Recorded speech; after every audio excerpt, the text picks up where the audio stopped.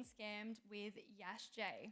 So I'm very lucky. Yash is one of my co-workers at the University of Queensland. She is a registered psychologist and she is a key member of the Cybersecurity Change and Engagement Coordinator at the University of Queensland, where she leads initiatives to enhance cybersecurity awareness with a unique focus on the intersection of psychology and cyber. Yash combines her expertise in psychology, education, and cybersecurity to understand and address the psychological toll of cybercrime. As a clinician, TEDx speaker, and psychology podcast host, Yash is passionate about promoting resilience, raising awareness, and advocating for mental health in the digital age. I just wanted to also take this opportunity to remind everyone you can submit your questions through the Q&A section of the app throughout the discussion, and I'll go through and read them at the end. Thank you. Please go ahead, Yash. Thank you everyone for being here today. Before I begin my talk, I want to start with something a little bit more personal. Not theory, not statistics, but a real story from a real person. Please join me in welcoming Adam, QUT's Information Security Manager, to the stage to share his experience.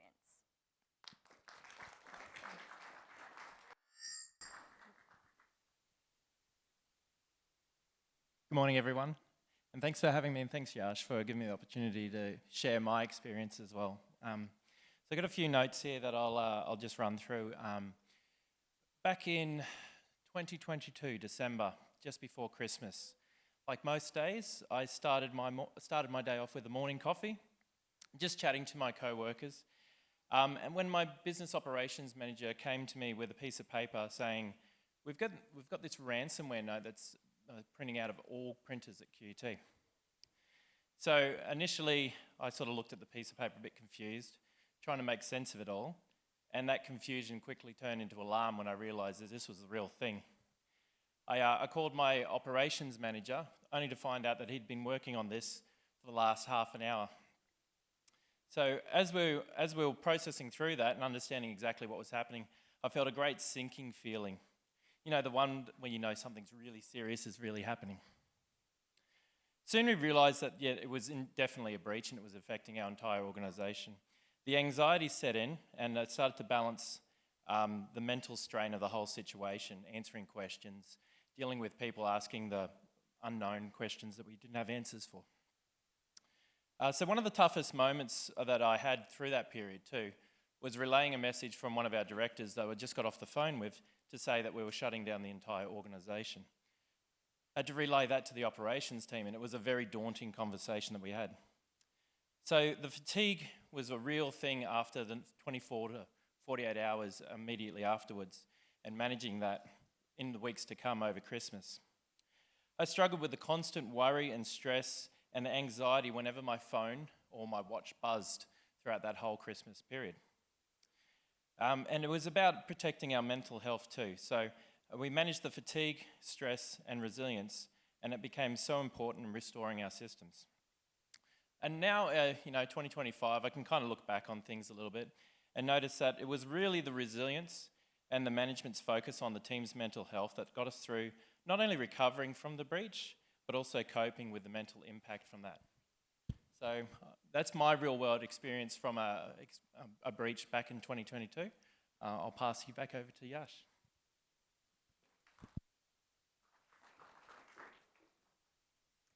Thank you so much, Adam, for sharing your valuable and honest reflections. I'm sure a lot of us can agree that it's so good to talk about these things. So I'd like to invite you all to take a moment and imagine yourself in that situation. Imagine you got the call that you've been hacked. What would you be feeling?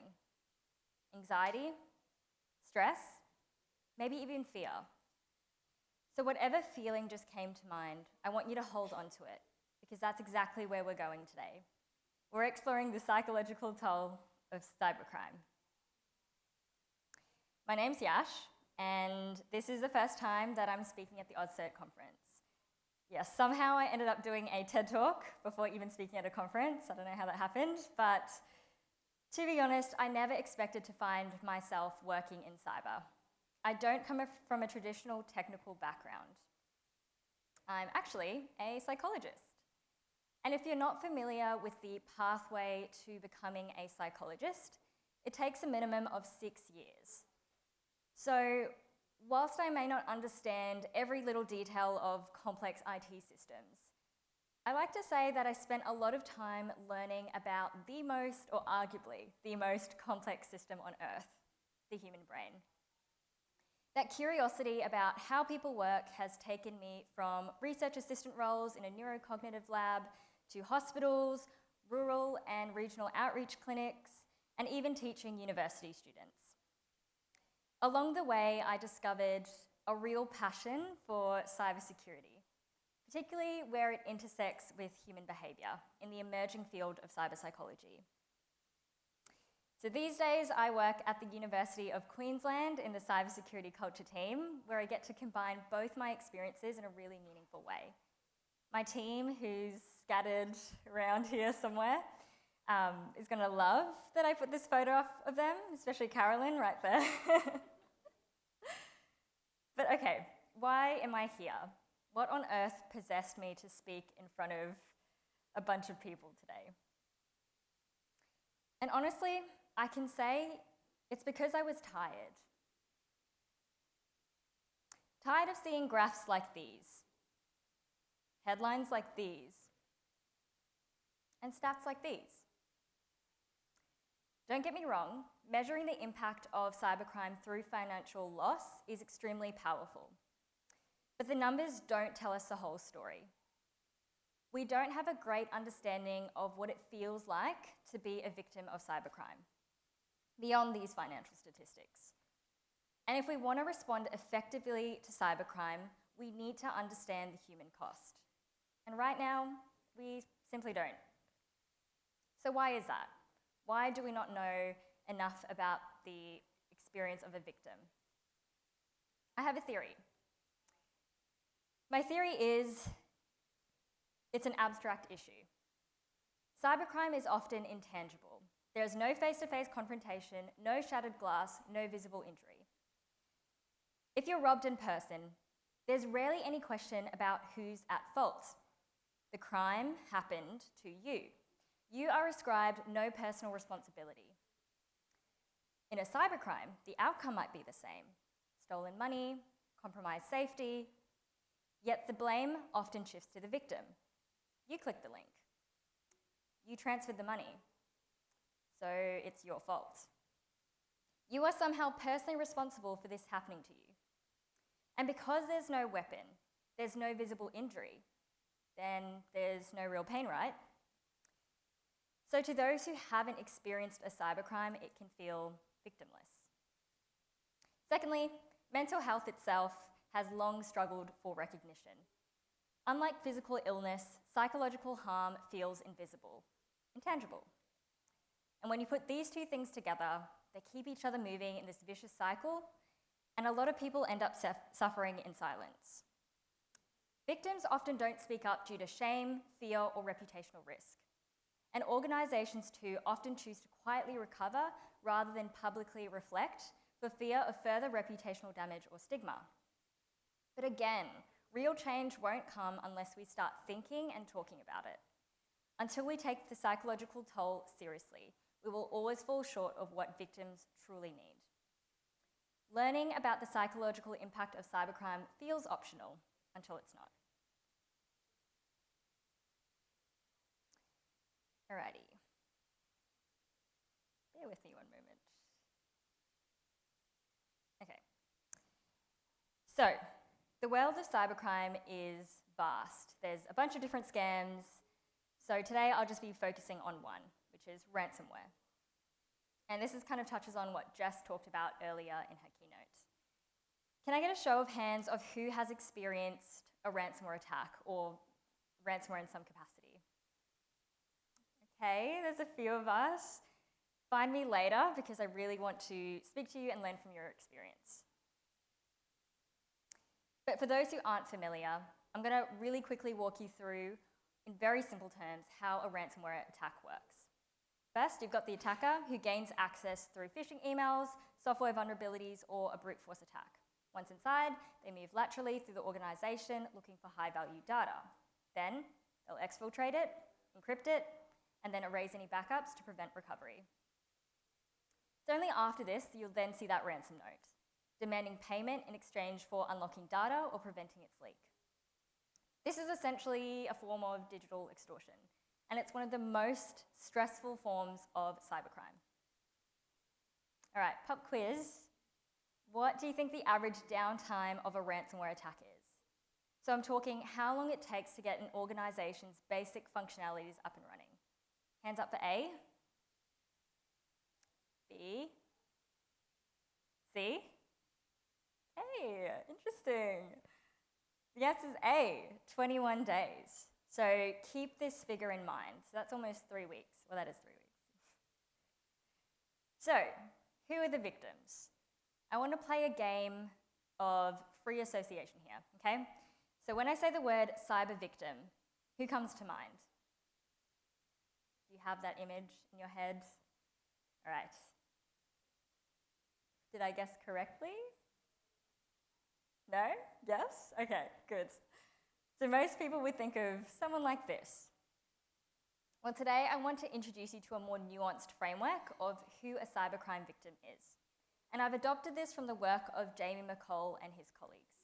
And this is how I'm going to be categorizing the cybercrime victims in the context of ransomware attacks. Raise your hand if you work in any of these roles or areas. Yep, pretty much most of us. You would be categorized as a first-order victim. So these are the people inside the target organization, technical and non-technical staff impacted during and after the attack.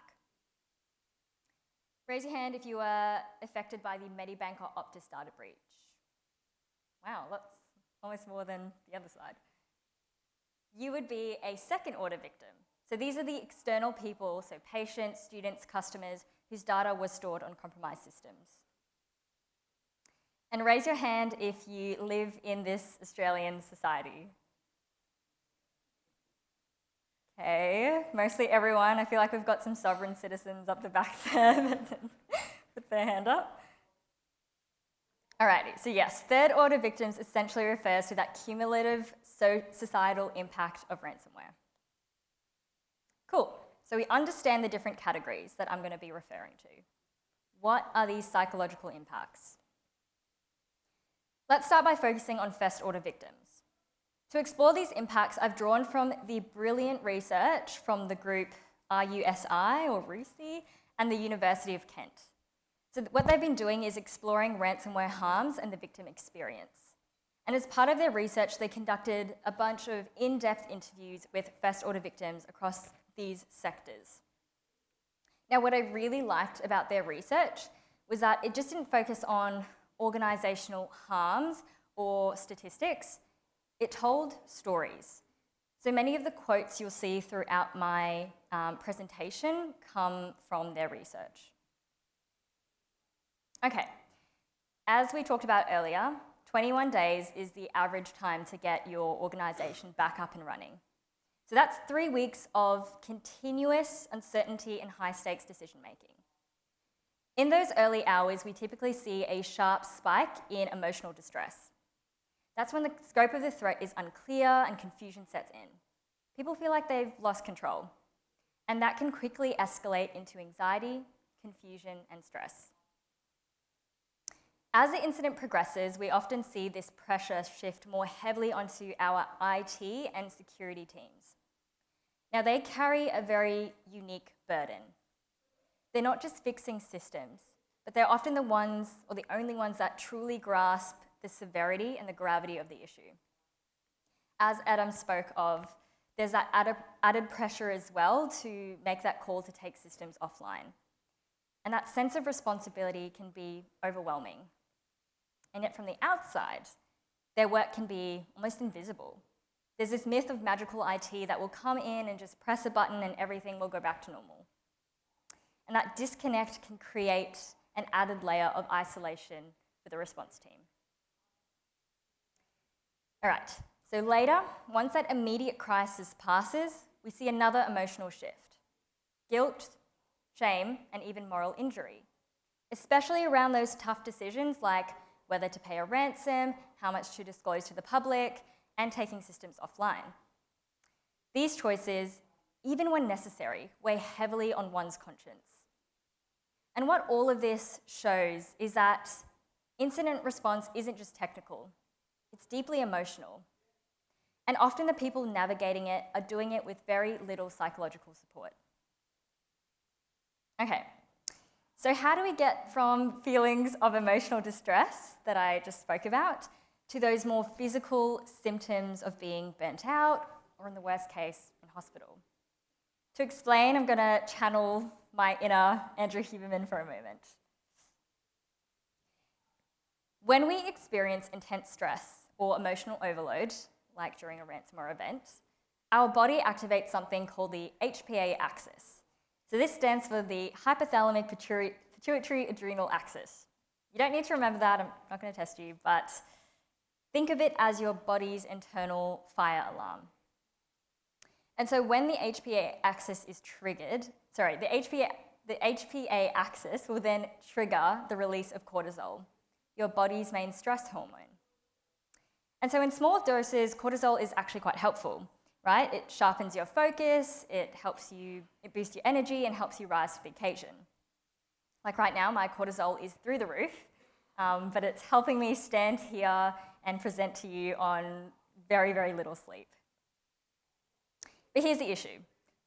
When that alarm doesn't switch off, and when the body is stuck in survival mode for days and weeks, the system that was designed to protect us starts to wear us down. Chronic stress negatively impacts your prefrontal cortex.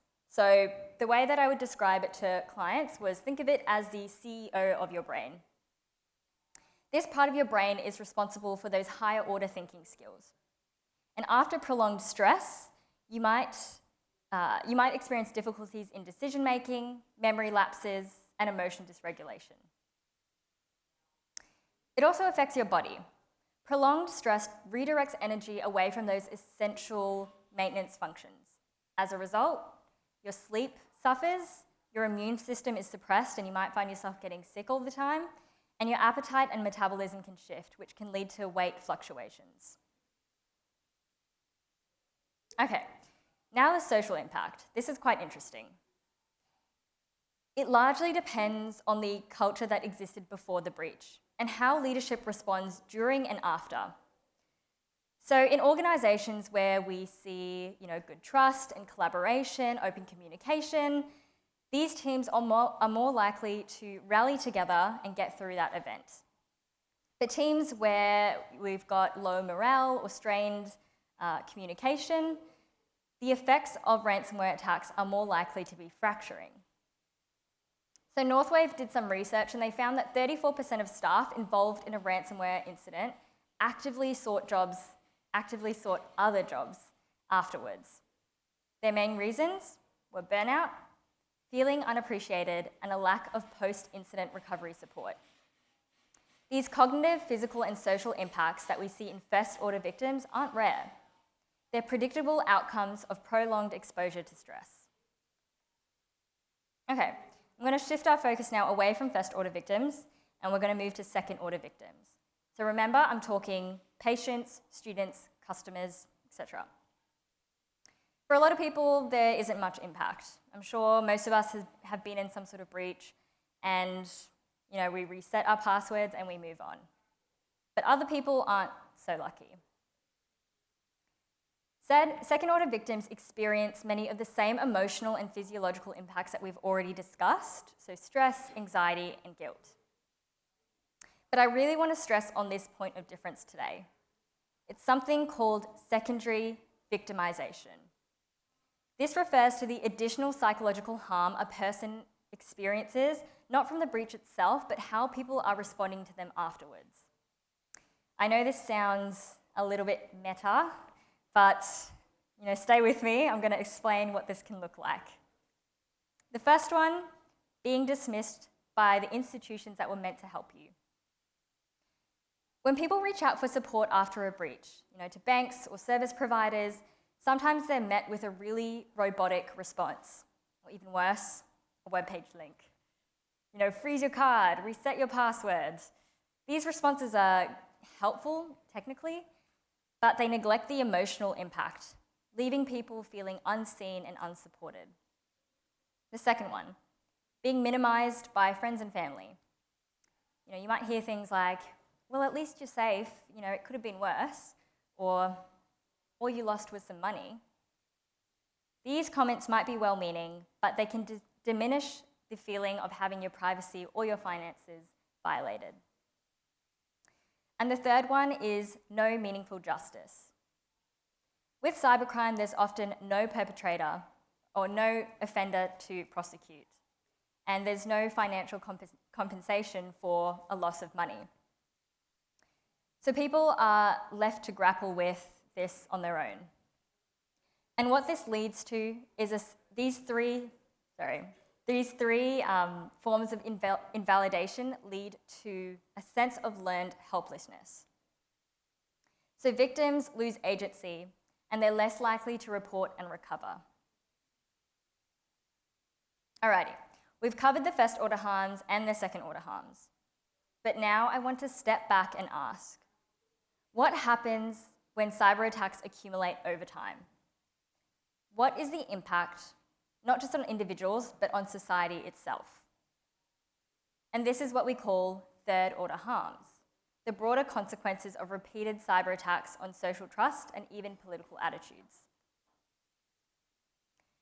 Right now, we just don't know much about the broader psychological impacts of repeated cyber attacks, but to help us understand what might happen, we can turn to decades of political psychology research. So studies on terrorism and political violence show that even just seeing something happen in the news, even if you weren't directly impacted by it, has the propensity to make you feel more anxious, fearful, and uncertain. This emotional shift can influence how we see the world, who we trust, and what policies we support. Okay, you might be thinking, okay, cool, Yash, that's great, but how does this relate to cybercrime? Well, there's emerging research that suggests that cyber attacks specifically on critical infrastructure, okay? So I'm talking hospitals, energy grids, and schools, can trigger the same emotional response as conventional terrorism. There was a recent meta-analysis that found that people exposed to those kind of attacks on critical infrastructure led to these three key emotions: anxiety, fear, and anger. And we've already actually seen this play out. There was an interesting case in Germany where there was a ransomware attack on a hospital that resulted in the death of one patient. And there was a subsequent measurable decrease in public trust in the government and national security institutions. That's pretty interesting to note. And so these collective emotions that I just noted, what do they actually mean for our society? Anxiety. When there's no clear perpetrator or path to resolution, this can create fear and anxiety in people.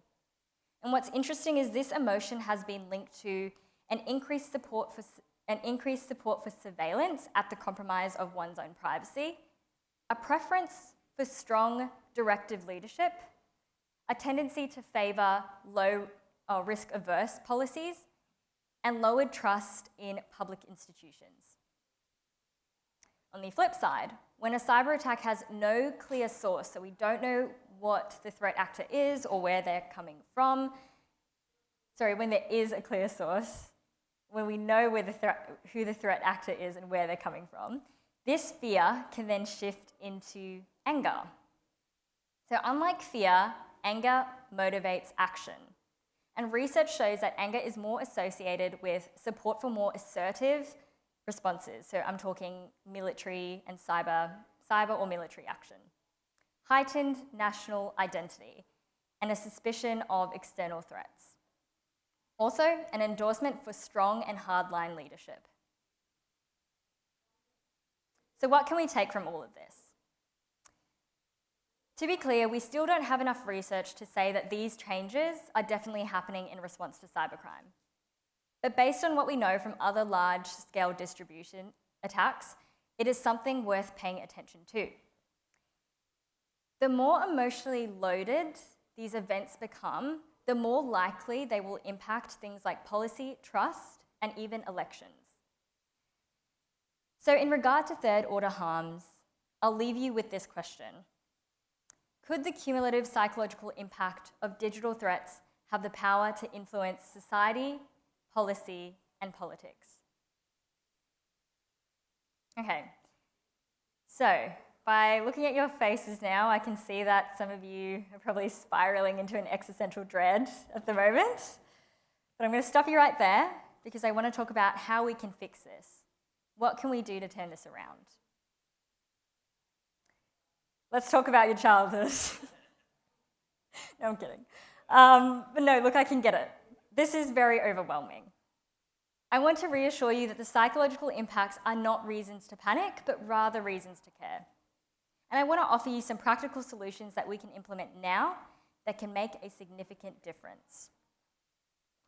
Alrighty, first order victims, what can we do to help? There are so many factors that shape a person's experience during a ransomware event, and not all of them are within our control. That's okay. Today I want to focus on what's in our control. Number one, level of preparation. The more prepared we are, the better we're going to fare in a crisis. First thing we can do is start by building awareness. Like today, we're talking about the psychological toll. Presentations or talks like these help normalize the psychological toll of cybercrimes. And when staff know what to expect emotionally, they're able to recognize it when it does happen to them. Number two, take a look at your incident response plans or tabletop exercises. Have you considered how your team's mental health will play into this? Who's checking on them? Not just during, but after the event. Chaos compounds stress, and that is why clarity of roles and decision-making before an event is really key. Ensure incident response plans clearly outline who does what. Too often the CISO ends up being the bottleneck and the person in the middle of everything. And unfortunately, that model isn't scalable under pressure. So make sure you distribute your responsibilities early. Number three would be assigning, so just as you assign, say, leads for communications, legal, and IT, assign a mental health lead. Ideally, this should be someone external to the immediate response team, but someone who still has a good rapport with that team. So have a think about who that person could be in your organisation. Organisation's culture. Long before the breach occurs, this is one of the strongest predictors of how well you will cope through a cyber crisis. Some things I think that could improve culture would be hiring someone who has lived experience of a breach. I think they bring immense value. Encouraging leaders and staff to share their own experience. Let's normalise these conversations. Alrighty, back to the basics. This sounds really simple, but in the chaos of an incident response, things like nutrition, hydration, and rest are often forgotten. Maybe we can start rotating core responders, just like shift workers, to ensure they get adequate rest. Arrange accommodation for key staff to reduce commute stress. Encourage hydration and healthy eating. Something as simple as placing water bottles on people's desks encourages them to go for the water bottle and drink the water instead of going and refilling their coffee cup.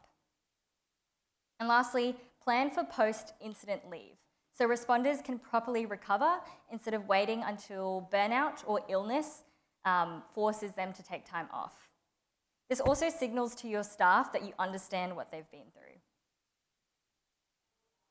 Communication, both internally and externally, can shape how both your staff and the public experience an incident. A lack of information, secrecy, blame can quickly damage morale. So it's essential to strike that balance. In addition to that, make sure your senior leadership has some sort of media training, because journalists may reach out during a crisis and misinformation can fuel panic, especially among secondary victims. And finally, what about second and third order victims? There's a lot we can do, but I'm going to focus on two key areas, okay? So we discussed that issue of secondary victimization earlier. Addressing this issue will be key in alleviating many of those second-order harms that we explored today, and crucially, reduce the ripple effects on society. So let me share two promising examples from the UK about how they're addressing secondary victimisation. First one, it's a company called Friends Against Scams, and they essentially train frontline workers, so bank staff or postal staff, on how to respond empathetically. Similarly, a bank in the UK has developed a team within their organisation and that trains their staff to recognise emotional distress in their customers and support them holistically. So these are some great examples of maybe what we could do. And finally, communication. It's important I'm mentioning it again. So take a look at these images from the Medibank data breach communications. I think they did a really good job at keeping customers informed and supported. They increased transparency through this timeline of events and a dedicated updates page. They also had multiple options for mental health support, and this image wasn't even an exhaustive list. So communicating transparently and not keeping the public in the dark is key here. Helping people understand in plain language what happened, who the attacker is, and providing mental health support increases trust in an organisation and is also a powerful way to minimise reputational damage. Added bonus. Okay, so I've covered a lot today, okay? And I want to bring you back to the beginning. Think about how you felt when you heard Adam's story. That emotional reaction. That's important. These emotions are an undeniable component of cybercrime, not just for customers and clientele, but for us in the field and society at large. This is why it is critical that we understand these impacts on first, second, and third order victims, so that we can acknowledge the diverse repercussions on a human level. With this, we have an opportunity to design response plans that support both systems and people. Equip organisations to lead with empathy, not just efficiency, and rebuild trust in our digital systems by placing people at the centre. And hopefully, just hopefully, we'll start to see graphs that look a little bit more like this. Don't mind my editing skills. Headlines that sound a bit more like this. And stats that look like this. Thank you. Thanks, everyone. Follow me on LinkedIn.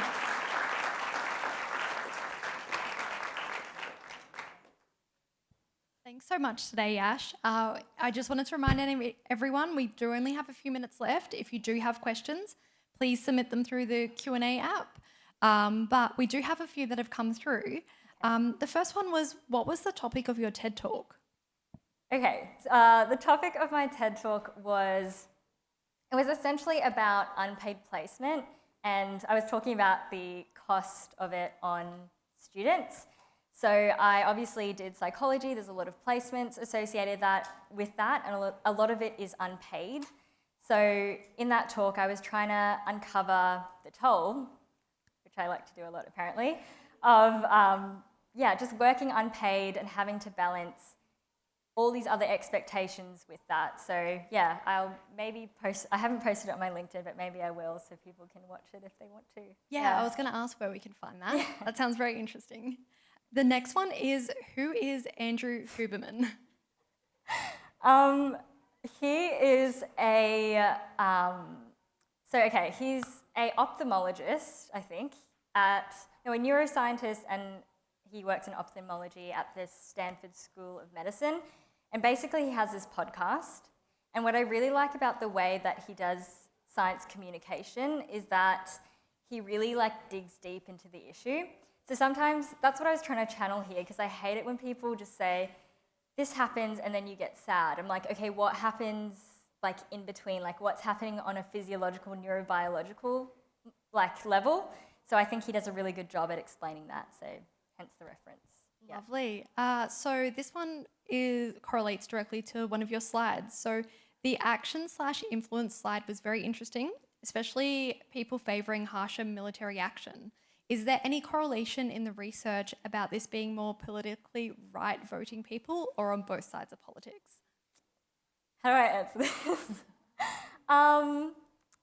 Yeah, so I think based on what we've seen recently, I think people can kind of draw just some anecdotal conclusions. I'm not well versed in that research off the top of my head, but I'm happy to have a chat in person after this presentation and we can talk about it. All right, lucky last one. We're so close to time.